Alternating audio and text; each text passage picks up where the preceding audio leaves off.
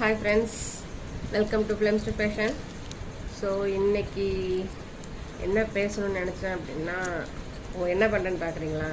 பச்சை மிளகாய் காம்பு கிள்ளிட்டு இருக்குங்க. காய்கறி வாங்கிட்டு வந்தோம், எடுத்து ஃப்ரிட்ஜில் வைக்கணும் இல்லையா? ஸோ அதுக்கான வேலை நடந்துகிட்ருக்குது. ஸோ அந்த வேலையை பார்த்துட்டு உங்கள்கிட்ட பேசுவோன்ட்டு நினச்சிட்டு இருந்தேன். ஸோ என்ன அப்படின்னாக்கா, என்னை யாரும் மதிக்கலை, எனக்கு யாரும் மரியாதை கொடுக்கல, என்னை கண்டாலே யாரும் மதிக்க மாட்டேன்றாங்க அப்படின்னு புலம்பிட்டு இருக்கவங்கள நீங்கள், அப்போனா உங்களுக்கு தாங்க இந்த கதை. அதாவது ஒரு அப்பா சாகர தருவாயில் ஒரு பையன்கிட்ட ஒரு கல் ஒன்று கொடுத்து, இந்த கல்லுடைய விலை என்னன்னு நான் சொல்கிற கடைகள்லாம் போய் கேட்டுவா அப்படின்னு சொன்னாராம். அந்த பையன் அந்த கல்லை எடுத்துட்டு முதல்ல வந்து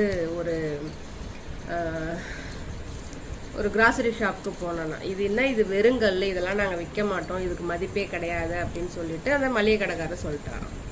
அடுத்து அதை அவன் எடுத்துக்கிட்டு எங்கே போனான் அப்படின்னாக்கா பேங்க்குக்கு போனானோ. இந்த கல்லை பார்த்துட்டு, என்ன மிஞ்சி போனது இவ்வளோதான் தேரும் அப்படின்ற மாதிரி பேங்க்லேயும் சொன்னாங்களாம். சரின்னு எடுத்துக்கிட்டு அடுத்த இடத்துக்கு அவன் எங்கே போனான் அப்படின்னாக்கா ஒரு வட்டி கடைக்காரர்கிட்ட போனானோ.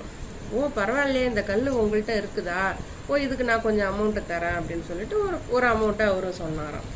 ஸோ அடுத்து அவன் எங்கே போனான் அப்படின்னாக்கா ஒரு நகை கடைக்காரர்கிட்ட போயிட்டு இந்த கல்லை கொடுத்தானோ. பரவாயில்லையே, இந்த கல் வந்து உனக்கு கிடைச்சிருக்குது, இது நீ ரொம்ப அதிர்ஷ்டசாலி, எனக்கு தெரியா அப்படின்னு கேட்டாராம். இல்லை நான் இதோட விலையை தெரிஞ்சுக்க தான் வந்தேன் அப்படின்னு சொல்லிட்டு போயிட்டானாம்.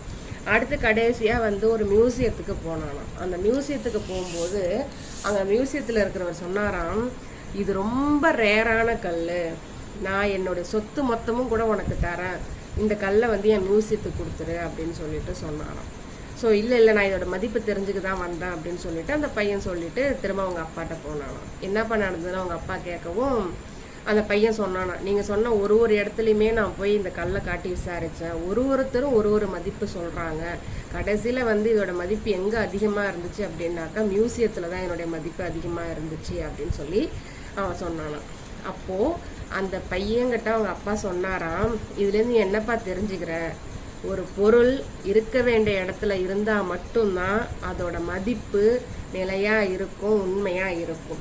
ஸோ நீங்கள் உங்களை மதிச்சிங்க அப்படின்னாக்க உங்களை மதிக்காத இடத்துல நீங்கள் உங்களை கொண்டு போய் நிறுத்த மாட்டீங்க. இதுதான் இந்த கதையோடைய அம்சம். ஸோ நீங்கள் உங்களை மதிக்கிறீங்களா?